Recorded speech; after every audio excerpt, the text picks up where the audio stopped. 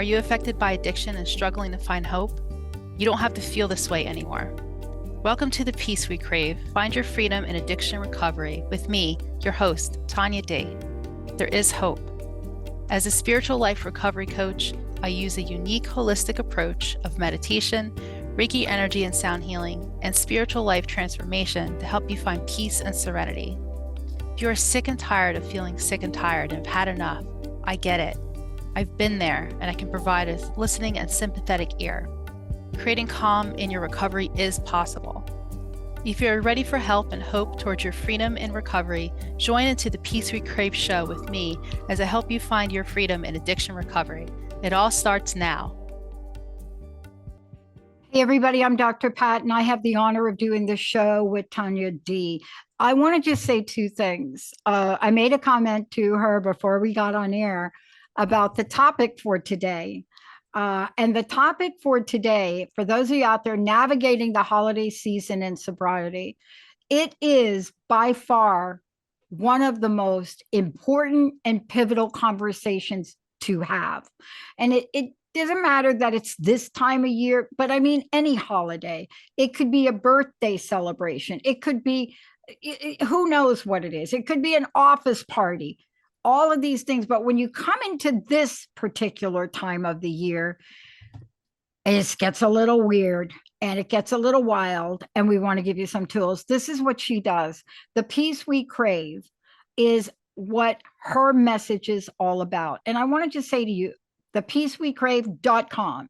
You're going to see that information coming across your screen as well. Facebook, The Peace We Crave. Instagram, The Peace We Crave. Twitter, The Peace We Crave. And YouTube will tell you how to get there, but just Google The Peace We Crave, and there she will be. This is more than just a show. This is a purpose, and it's a calling. Tanya, thank you for today. I want to just talk for a minute about what I just said. I was talking to somebody today, and they asked me a whole bunch of questions.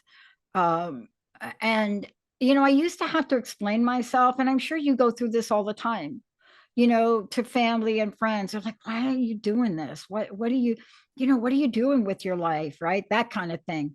And my answer now is, the bottom line is, this is a calling for me. There's no other way to explain it. And my sense is what you do is a calling for you, isn't it? Oh yeah, 100%. Yeah, it's so interesting how I can't even imagine my life would be any different than this. I can't imagine not living this way. I never thought I would ever say that, right? You get, right, you're new and you're like, oh, life sucks. I can't use anymore. This stinks. And now I'm like, I can't imagine ever doing that, because then I wouldn't get to do anything like I'm doing now. I wouldn't be talking to you. It just becomes such a way of life. And I wanted to bring that up because we're going to be reaching out to you in another way shortly, because we are getting ready to launch the addiction channel. It is right around the corner. And I think I've shared this with you before. I mean, we have several channels. However, most demanded channel, second to the women's channel, is addiction recovery. And I just finished redoing the banners for it. And, I don't think people even know that the recovery ribbon color is purple. And so it was fascinating for me to lean into it. And then I saw what we were going to talk about today. So let's get at it. Staying sober during the holiday. I can't begin to tell you how many, quote, temptations there are. Now, you work with people. What makes it so difficult? Give us the good, the bad, and the ugly about it, please. Yeah, absolutely. And I recall too my own experience. I only like 4 or 5 months when the holidays came around. So it was like the first holiday when you're newly sober. When we say holidays, I'm talking about, some of us refer to it as the Bermuda Triangle, right? You have Thanksgiving, Christmas, and then New Year's. And it's just like, I couldn't imagine not drinking. How do I not have a glass of wine with Thanksgiving dinner? How do I not have, I don't know, whatever the heck it is. My one aunt used to make these like martinis for Christmas, like special. Exactly. How do I not have champagne when I'm toasting New Year's, right? How do I not do this? And for me, it was a lot of connection. It was a lot of talking to other people who understand how difficult it is for me to be around that family member, because they're going to push alcohol on me, or they're going to have me, go in the back, let's go do something, whatever. And I had a lot of people around me to help me with these triggers, because family is a particularly triggering thing for a lot of people, regardless of whether you're using or not. And when you're not, it adds this different layer of complexity. So if you're new in sobriety, or if you even have a lot of time and you're just going through a rough time, and oh my gosh, now I have to be near that aunt. Oh no, like can't do it. Just having a lot of support in place was just so critical for me. It is. And I want to talk to you a little bit about some of these things you just mentioned. Look, sometimes being around you're right about many things, but I want to point to one in particular that you said. It doesn't matter how many days you have, months you have, years you have, or decades. Just want to be really clear for everybody out there. It is the same. It may show up different. The more years of sobriety I get, the more, what's the word I'm looking for? Clever, I think addiction gets. You know what I'm saying? It's like, oh, we can't fool her with that silly thing. But let's get her on this one. And I just want to say, when you talk about being around people, let's talk about how you help others do that. First of all, the work you do is you are there to support other people. So anyone that is really in this place and wants to stay sober, they need to really call you, because without picking up that phone and having somebody like you, who is, first of all, you have a multi-level platform, which means you're not just doing one part of sobriety. You're really capturing all of the healing, the spiritual nature, and so forth. But don't you find this time of year, you're there with open arms to receive the people that want to call you and that want help, right? Yes, absolutely. I had a woman the other day who mentioned to me that she didn't have a lot of support. And I said, listen, I'm here. Like, please reach out. And she's in her first year. So, I love helping people out. Holidays or not. But especially this time, it's just so critical to have help. Yeah, it is. I want to talk about something else as we're rolling along here, because I think one of the things that hit me, especially in early sobriety, my early sobriety was a really rough road, because first of all, I created a train wreck in my life behind me. And so when you realize you've created a train wreck, the people that you care for or love are just not there. And so it was a whole new arena for me. And the only way I stayed sane was putting myself in the seats with other people. And I'm not saying folks, AA or any of that. So I'm just saying, get yourself around other people that can help you. See, we've gotten a lot smarter about this. But what you do is you have social media groups. You have ways for people to connect with each other. It's so hard to do that, though, isn't it? I mean, I'm sitting here today talking about it, and it's still hard for me. Yeah, it's hard for me too. I will say, like, it really is. The other day I was thinking about holidays and things like that, and I said, "Oh my gosh, I really need to call somebody," and I just didn't. I'm going to be honest with you. I just didn't. And I didn't pick up anything. I didn't use anything. That's good. But it's still asking for help. It's like, I should have my shit togetger by now. Like, right, right. We're like, what's going on? Well, who are these two people here? What are they talking about? But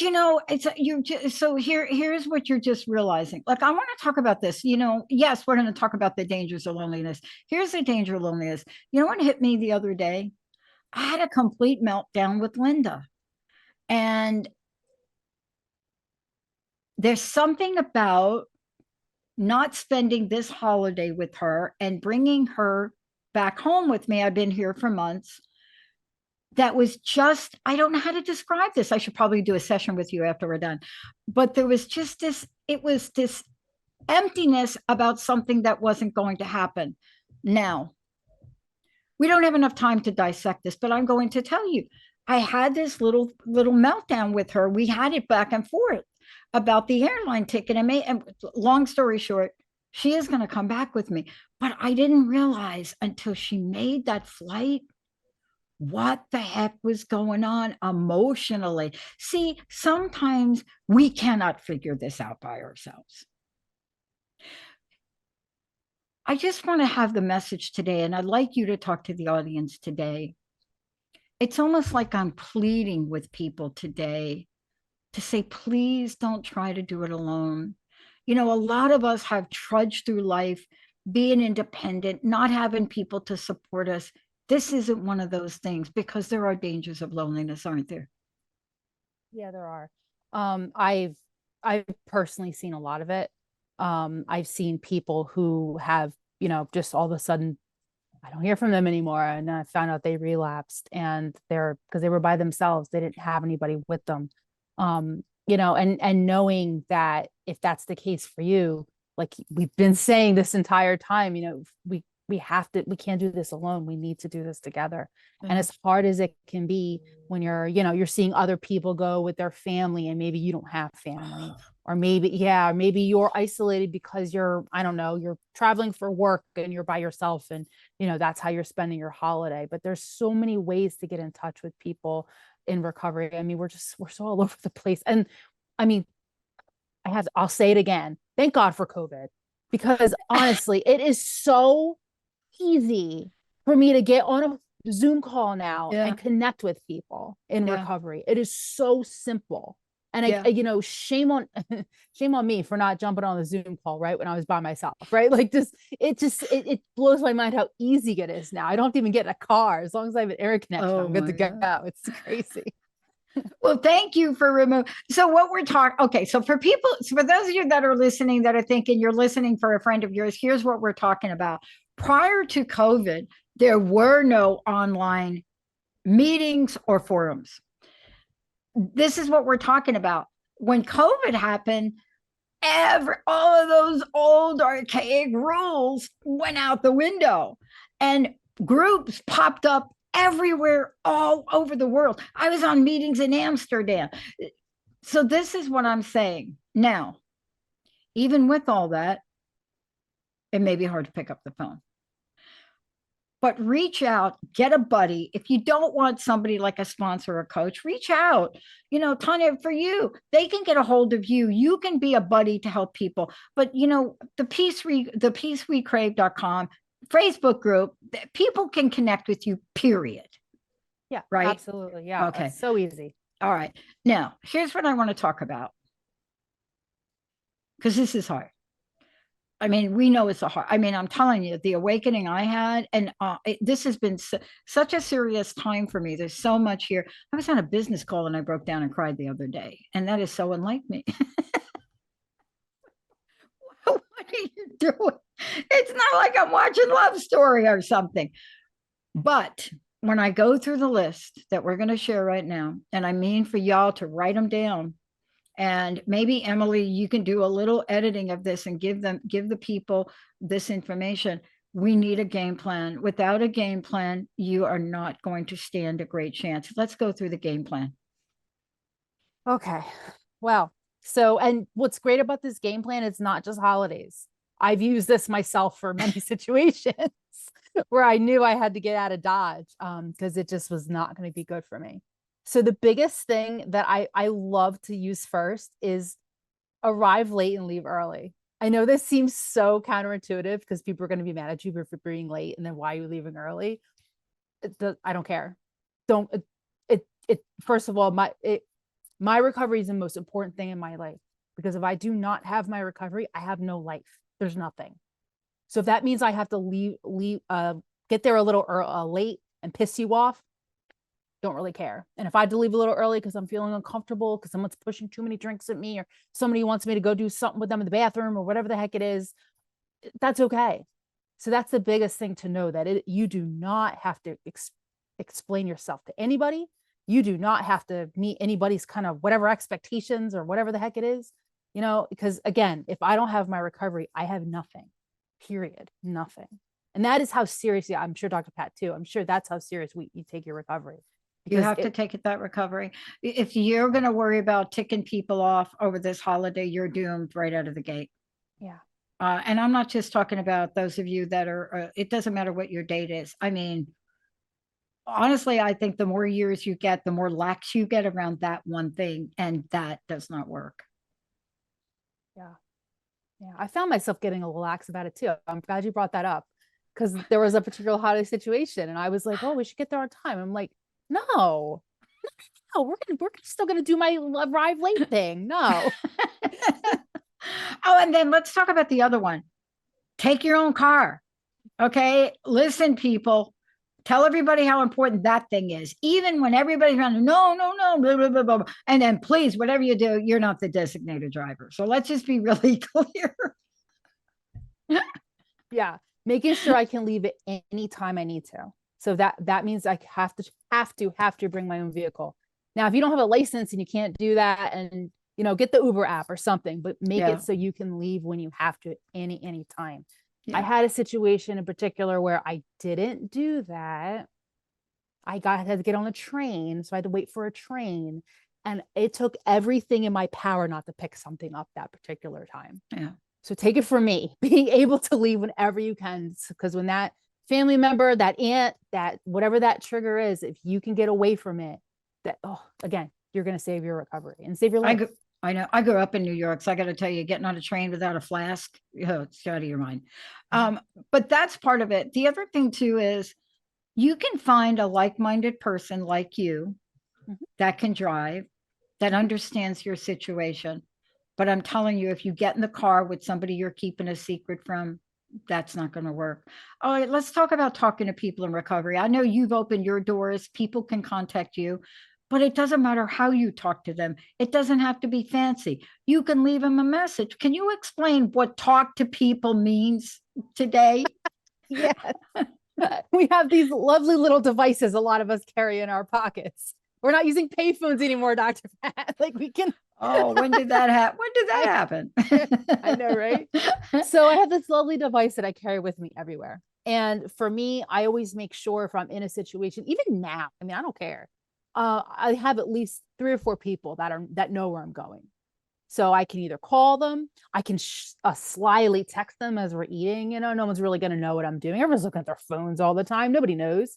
And I can do that before the event. I do it after, during, all in between, anytime I need to make sure that, again, I'm protecting this precious gift of my sobriety. And there was a particular time, I remember a birthday where people were pushing drinks at me. I mean, all night. This is the train one too. And I was like, I can't do this anymore. I ran to the bathroom. I called 3 different women. Yeah. And I was texting somebody else while I was sitting back down at dinner because I was so nervous that something was going to happen. Thank God it didn't. And ended up being okay. But I had those people, I had that support in order to help me get through that event. Yeah. I mean, look, that is very important. I want to talk to you about this too, because let's just go to the stressful situation. Office parties, so stressful for me. I mean, I'm not even talking family. But the office party is the doom and gloom, right? You're tested up and down. First of all, most of the people you work with don't know that you're in recovery unless you've shared it. So not only are they going to be passing drinks your way, but please, let's talk about something that happens at parties that everybody should be aware of. Not everybody is going to accept your polite no. Let's have you talk to that. Gosh, I know, breathe. Let's breathe. I know. I'm just remembering so many times where this occurred. know.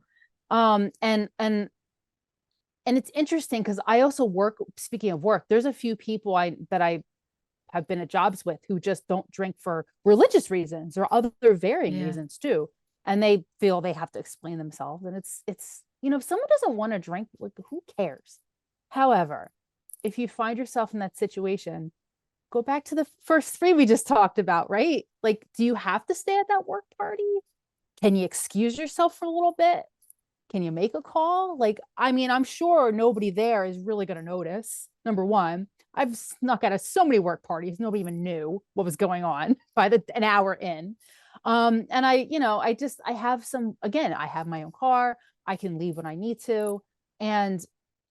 But then you can get into these really awkward conversations. Yeah. It's very strange. And you need to come up with something that's going to work for you. Yeah. So just a little diversion, a little fun.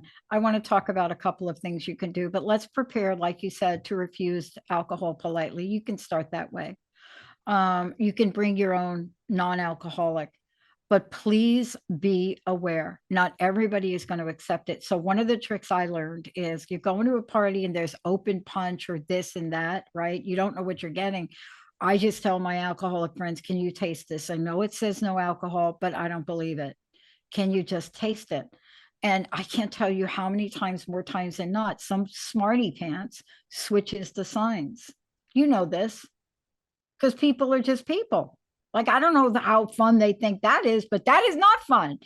But there are things that you can say, politely refuse alcohol. For those of you that are on the pathway that we're on, especially my NA friends, no, I don't want you to be polite. If somebody offers you drugs, I'm telling you, there is no polite no that you're going to give them, right? Yeah. Yeah, exactly. Like, no. I look, okay, bring your own. Okay, short little ditty on this. Ready? Had a sponsee. Couldn't get this. Was so afraid to hurt people's feel just afraid. I said to him,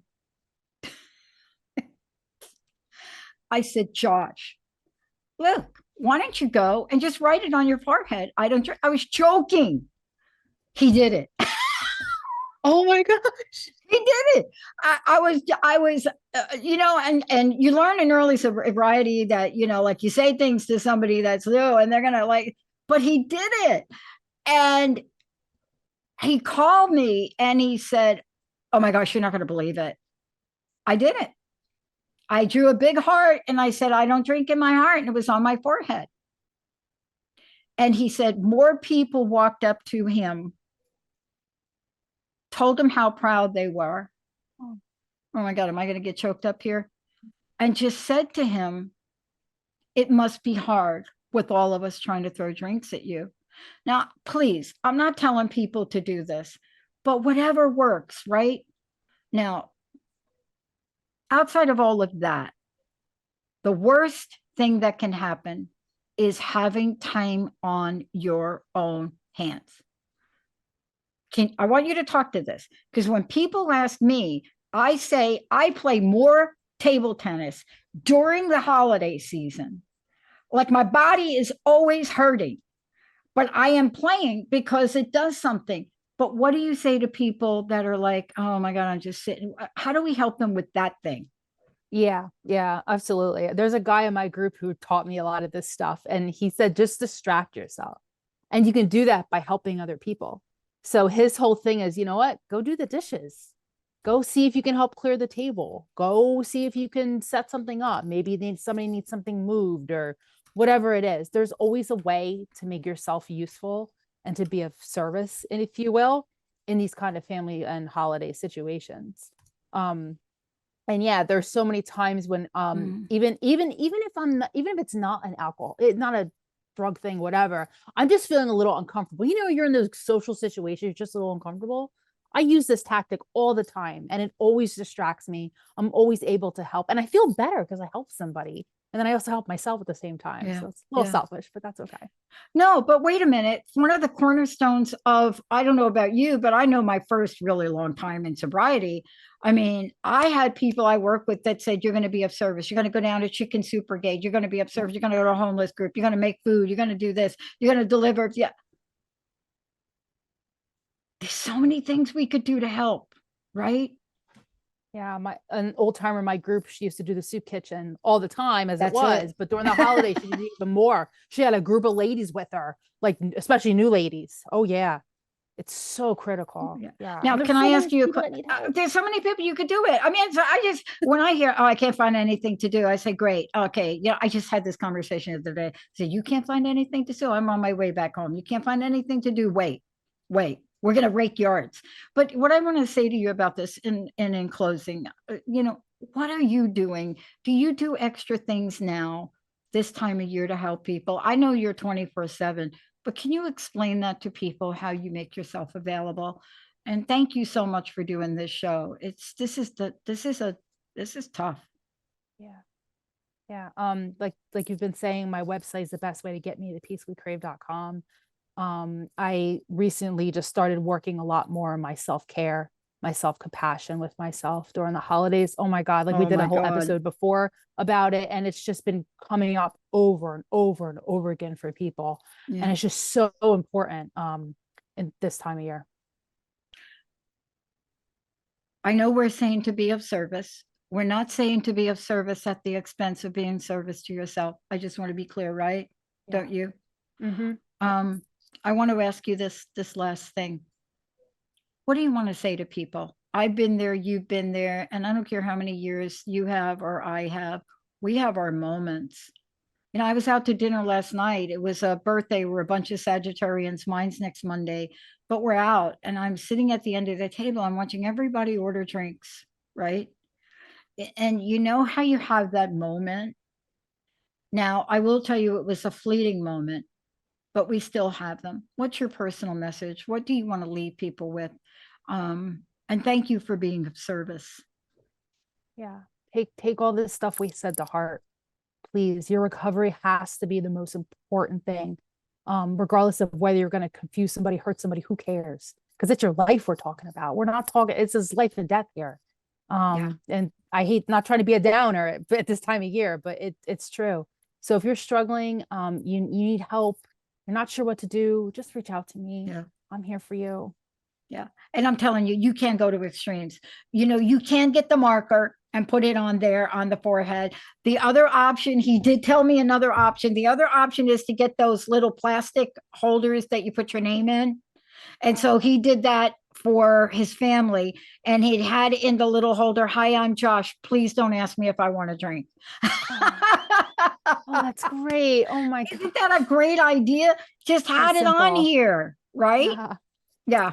Thank you stuff. so much for everything you do. And for those of you out there, please reach out. I know it's hard. Look, I'm telling you, this is a movement that Tanya has created. This is how you go. The Peace, PEACE, WeCrave.com. Be on the peripheral. You don't have to jump in. Please, though, reach out. Thank you for everything you've done. Thank you so much. Thank you. All right. I want to thank all of you for tuning in and turning us on. And I will say, whether you write it on your forehead, please don't be afraid to say no. We'll see you next time. You have been listening to The Peace We Crave, Find Your Freedom in Addiction Recovery with me, your host, Tanya D, on TransformationTalkRadio.com.